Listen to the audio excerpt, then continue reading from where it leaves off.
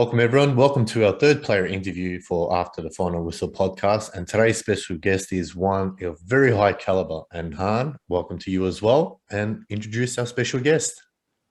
Hi, Alex. Thanks for introducing us and our next guest. I'm very excited to introduce Melissa Maizels on our show. She is one of the most experienced and technical goalkeepers in the competition. She won't need to look far, though, to find highlights of her incredible saves. She gives each situation 110%, and her decision-making and pinpoint saves makes her stand out from the rest. Now, Melissa began her playing soccer at the young age of 9, and like many young stars, Melissa learned her skills on the futsal court.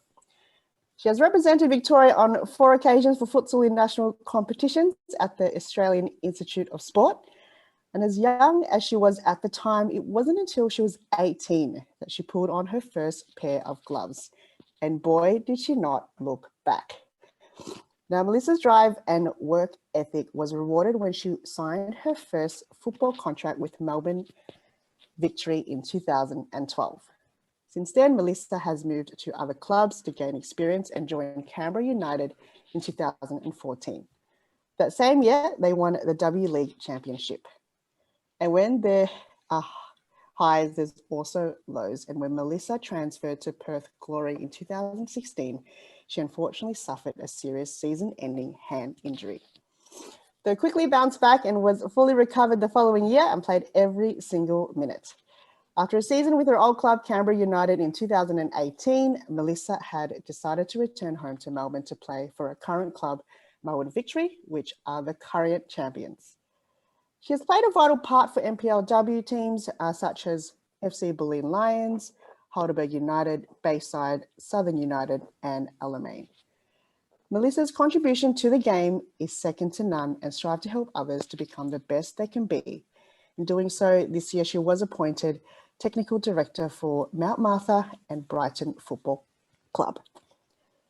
This is a great achievement and we can't wait for what's to come. Before I begin to introduce our next guest, I would like to say how important goalkeepers are. They are the last line of defense and the beginning of attacks. Goalkeepers are integral pieces of all successful teams, if not overlooked. To gain insight into a quite misunderstood position and the training methods, I would like to give a warm welcome to Heidelberg United's shot stopper, Melissa Maizels. How you going, guys? Thanks for coming. Good. How are you? Very well. Thanks for having me on. Great to see you driving along. Yeah, I thought I'd make the most of my morning treks up into Melbourne. Obviously living by the beach. I'm very fortunate, but, I do have those long drives to look forward to. So I thought I'd make the most of my time and, race. I'm currently racing home to...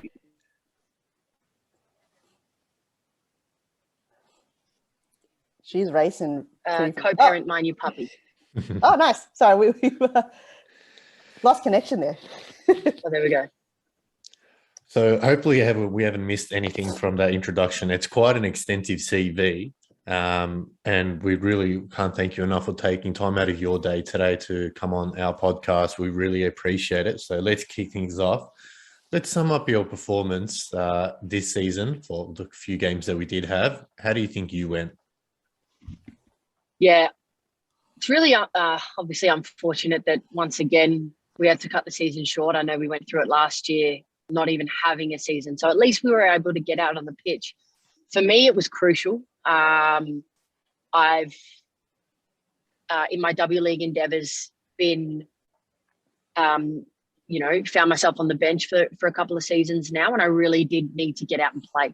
And not playing all of last season really affected my confidence. So getting back on the pitch was actually, I was quite anxious. My first game back for Heidelberg United this year was probably the most nervous I've been, I can ever remember being in a football match, W League included, just because it had been so long since playing a competition game. And I thought this season for me, it was, as I said, it was crucial, but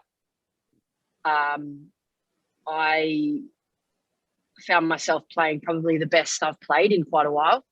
I feel like I've matured a lot, and I'm 28 now. I've stopped kind of worrying what people think, worrying how I'm perceived, focusing solely on being in the moment, playing my game and enjoying it. And I think that showed this year. And I really did thrive in an unbelievably amazing environment under Jono at Heidelberg. So that was obviously a big part of my performances, but I was really happy with the football that I was playing before the season ended this year. Going back to striving, what would you say would be the best save you had this season? I could probably answer that twofold. I think technically the best save I made was against Pauline. It was a Paige Zoyce free kick. She whipped it to my top left, her top right, and I got fingertips to it. And so that was probably technically the best save I made. But in terms of the moment of the game, it was against Calder.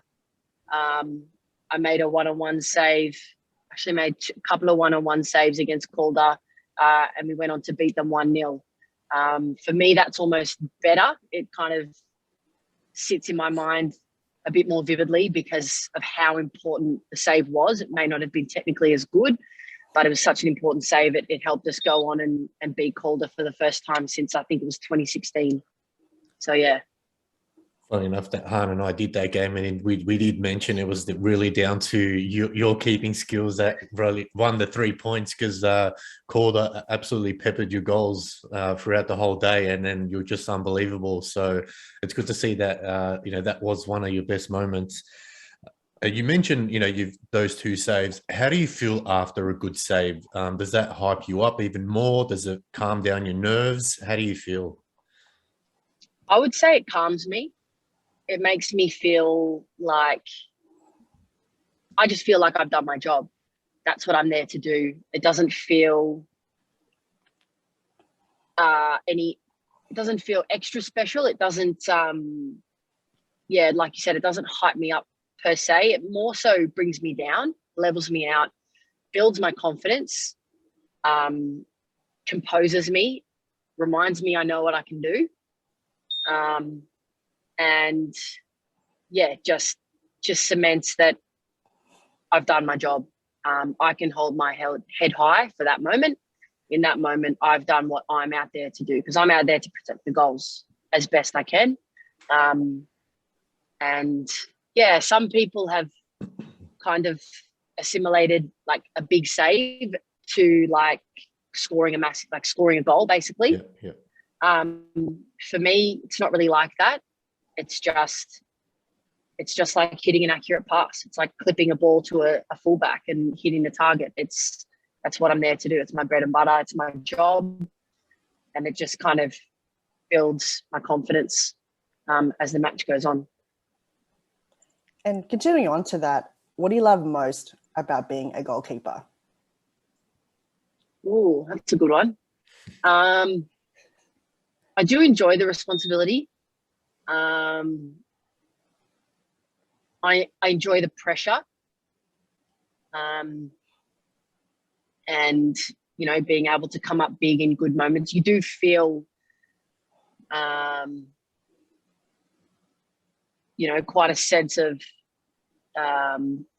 empowerment. I like to be able to communicate and organize what's in front of me. And I like working hard. I like working hard at training. We work so hard at training. It may not look like we work as hard on game day. That's more like our rest day. But training, we get to smash it and really work hard, and I really enjoy that part of it as well. And how did you become a goalkeeper? It's not obviously everyone's first choice. Everyone obviously likes to be the striker, the midfielder, or a defender, but a goalkeeper. How did that come about? basically, long story short, I wanted to play pro. I wanted to make it all the way. I had and still do have ambitions to play for my country. And that was just never going to happen on the field for me. I wasn't up to scratch. And I knew it. I'm a realist. Yeah. I could see it. And so it was actually funny. Melissa Barbieri came to my junior club, Doncaster Rovers, and she did a speech. I was about 16, and she just delivered this kind of presentation and was really inspiring. And we were all like, you know, in awe of Matilda. And I said at that moment, when I'm 20 years old, I'm going to be a goalkeeper. I'm going to become a goalkeeper. And then the game kind of started from then. The game kind of started to catch up with me a little bit. I started to not get as many minutes on the pitch for my team. I started to come off the bench. Then I started to play resis. At this stage, I was playing seniors. And then I was, you know, playing resis, and it was like, okay, the game's catching up to me now. I'm slowing down. I'm not quite up to it anymore. Is it time? And so what happened was I got dropped into resis. The resis didn't have a keeper, and they hadn't won a game all year. This is at Doncaster Rovers. And I said, I'll do it. I was frustrated. I wanted to be in the seniors, but I wasn't. So I thought, stuff it. I'll put the gloves on. Anyway, I played in goals. We versed Altona, and we won 1-0. And the resis won their first game of the season. I kept a clean sheet. I kept doing goalkeeper training for the rest of that year, played in goals for the resis, and the rest is history. The following year, I moved to Bulleen under my first proper keeper coach, Steve Talevsky, and helped Bulleen. At the time, we were a State 1 side, and I helped us get, or State 2 or State 1, I forget, helped us get promoted up into the Premier League. So that was pretty special. Wow, that's awesome. Just kind of going a bit off topic, with your kind of responsibilities on and off the pitch, how do you manage that? You know, also playing for W League and for NPLW, and also being a coach, how do you manage your responsibilities around all that? It's really hard because most of my coaching occurs in the afternoons. So yeah, coaching at community level and coaching, you know, school age players. All my coaching has to happen outside of school hours. So basically, from the moment I wake up, if we're not in W League season, I'm pretty much free until about 3:30, and then my workday starts. And it's 2 or 3 hours of coaching, followed by a drive straight to Heidelberg, train till about 9:30, and I don't get home till about 10:30. So it is really hard.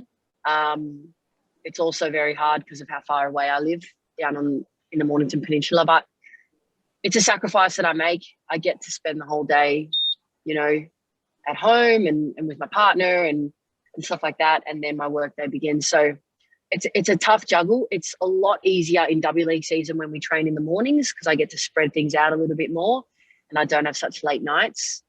But yeah, it's definitely difficult. And I really hope that, you know, this new CBA in the W League really paves the way for us to eventually have sometime in the as near a future as possible, a full-time contract where 52 weeks of the year we're contracted, 48 weeks of the year we're contracted to our club, and we're paid by our club to train for our club and play football and not have to have side hustles or side gigs. And then for me, coaching would just be a passion outside of football, and it would be just a couple of supplementary sessions of coaching per week that I would do because I love it, not so much because I need, you know, another income stream. So, yeah. And is there any goalkeepers that you look up to or you admire? Yeah, well, it's funny because now Melissa Barbieri is a peer of mine, but she obviously was my first kind of goalkeeper hero, I would say. But look, I follow Tottenham, so I love Hugo Lloris. I love watching him play. I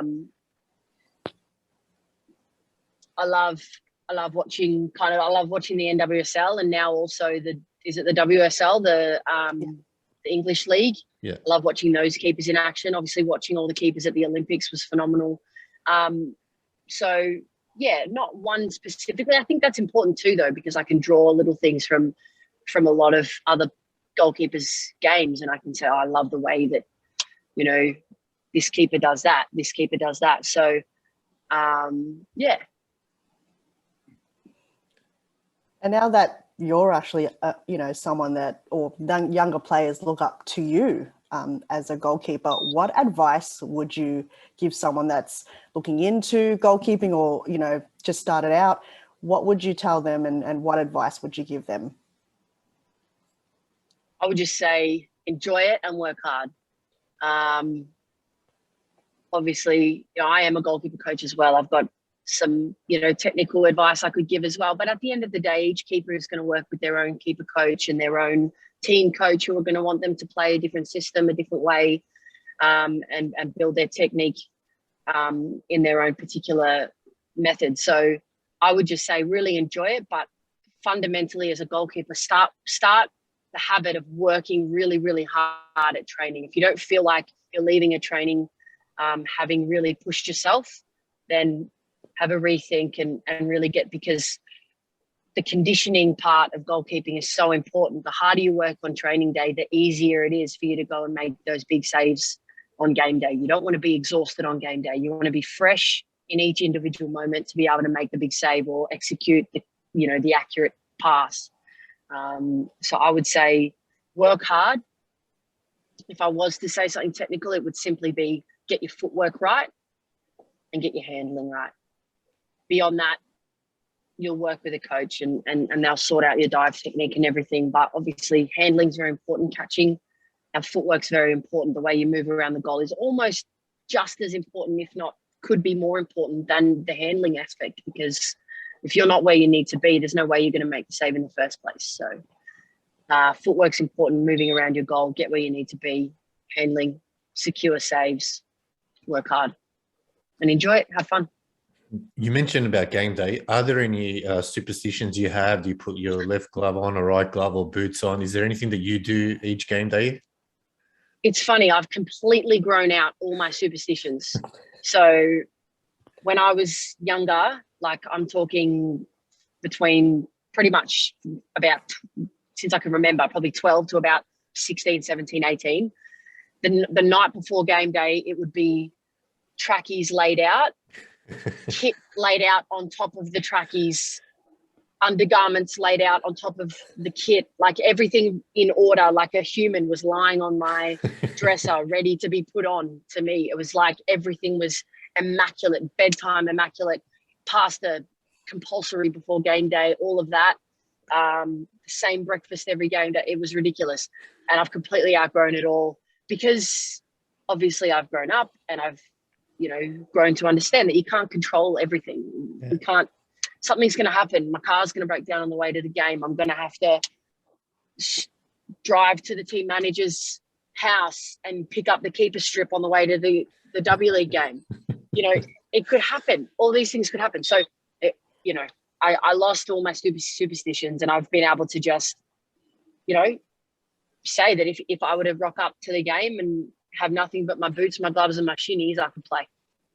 And I think that's really important. It works for each to their own. It works for some people. It doesn't work for others. I prefer to have nothing so that worst case scenario, I know I can still trust my ability. Continuing on with your kit, what is your preferred gloves that you use? I know back in the day, with a lot of us, we didn't have gloves that fit small hands, for example, myself, and we probably either switch between like the junior gloves or the men's. What would be your preferred glove, and what was the struggle that you had, you know, keeping on when you were younger to now, and what's kind of like you see the changes that have been made for female goalkeepers? Yeah, well, it's funny you say that. I'm actually sponsored by Keep Her, which is a glove brand specifically built and made and designed for women, so, and girls. So my gloves are designed for the female hand. They're made in the US. We've got a distributor here in Canberra, and they look after me all the time. And they're incredible. I find them really comfortable. I personally prefer like a negative cut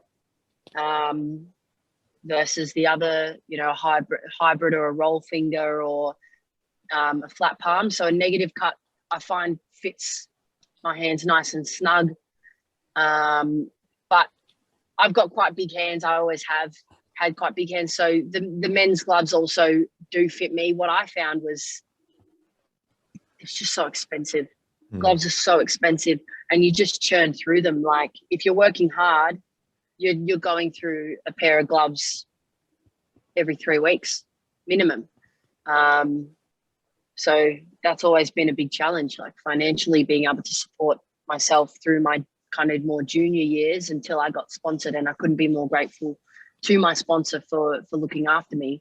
But it puts in perspective, how much these parents pay and how much these other athletes do pay for their gloves and glove maintenance. It's crazy. But such is the sport, and you got to do what you got to do. But yeah, I think that, more and more glove companies are going to start bringing out a female model. I think we're going to see it.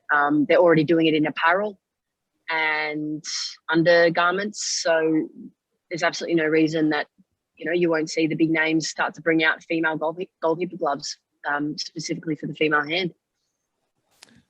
Hopefully we see that very soon. Touching on your teammates and your coach, how would they describe you?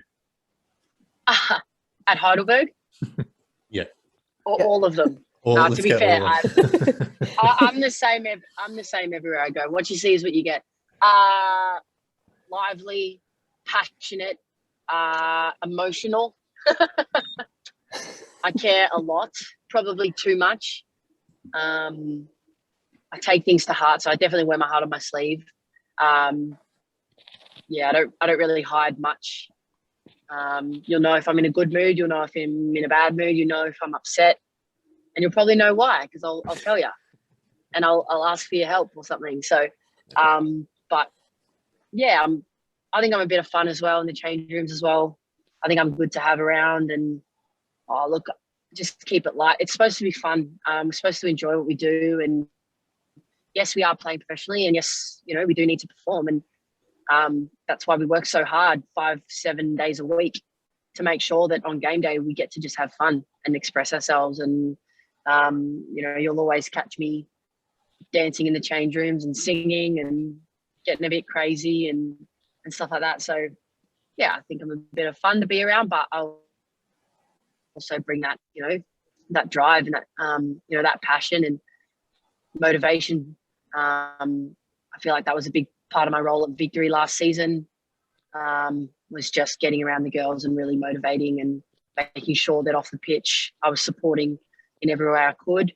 And from the bench I was supporting as best I could. And, I'd hope that the girls would vouch for that I supported them as well as I could. So yeah, I'm very much a team player. I'm all for the team, and if it's not me wearing the gloves, it doesn't matter. It's still my team. So yeah. Nice. And are you able to just give us a hint and an insight of what's coming up in 2022 and, what teams you'll be playing for and coaching roles that you might have lined up? Yep. So I don't know if it's gone live yet. So we'll have to wait and see what happens. But look, I'm sitting here in a Victory shirt. So I am staying at Victory for this season.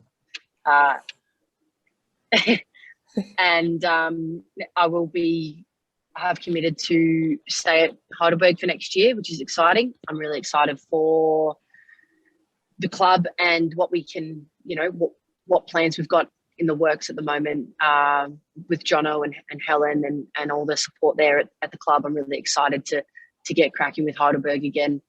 In terms of coaching, I'm going to be stepping away from my football admin roles and just focusing on getting back on the pitch, doing a lot of goalkeeper coaching actually. So I'll be at a couple of clubs as goalkeeper coach, and just running kind of private sessions as I usually do, just available during the day, just running private sessions and helping athletes and players who were just like me get to where they want to go and further. So yeah, that really is my passion beyond playing, is definitely my coaching. So yeah. Well, we're all looking forward to that, and I'm sure Victoria and Heidelberg fans are looking forward to the season and seeing you between the sticks. We've got some couple of questions from our fans that have come through, not so hard, some interesting ones. The first one: how many hours did you practice as a kid? So that could be goalkeeping or playing, as you mentioned. Wait, say that again. I think you cut out. So how many hours do you practice when you were a kid? So was it a couple of hours a day, once a week? How many times? Yeah.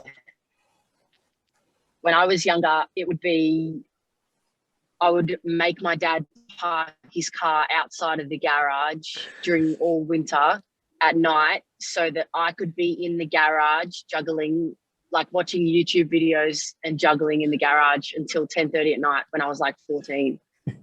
Or 13, 12. And then when I'd get grabbed by my ear, dragged inside, then he could finally pull the car in. Commitment, I guess. That was genuine. And then I used to get up in the morning and go do like hill sprints as a 15-year-old. Like, I was crazy. I was very determined to get where I wanted to go. I had a training diary that I kept to myself. I didn't start working with a personal private coach until maybe 16 or 17. Before that, it was just all me. It was before school, hill sprints. It was up, until nighttime, juggling in the garage. It was always getting to training early, always last to leave. So I worked pretty hard. Yeah, I personally don't think I was born with any kind of gift or any natural, like I was naturally athletic, but I don't think I had any born natural ability for football. Everything that I've got, I really did work for, and all through my junior years at Doncaster, I just had a ball at my feet, or was running, or was doing, everything I could to go that extra little 1%. So yeah, I worked pretty hard as a kid. I still work hard. This is a tough question, so I'm keen to hear your answer. Which of your siblings did you look up to as a child, as a role model in sport and in life? Well, it sounds like my brother might have asked that, because I've only got one sibling.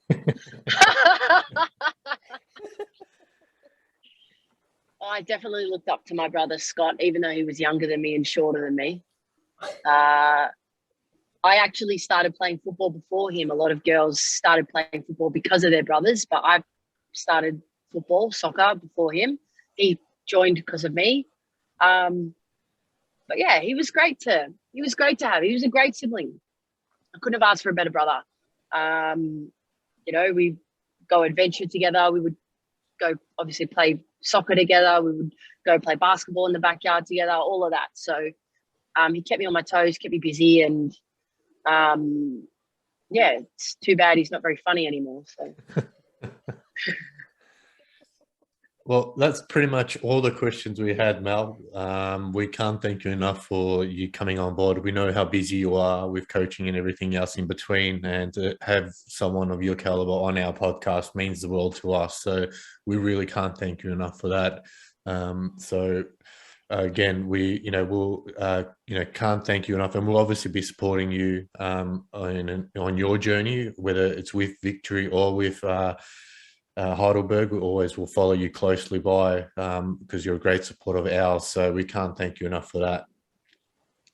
No, I appreciate it. Thanks so much for having me on. It's so good to talk about women's football, and just get it out there, and it's just a pleasure to be on, and let's keep talking about women's football, because the more we talk about it and get it out in in the social media world and all the media world, the better it's going to be for us.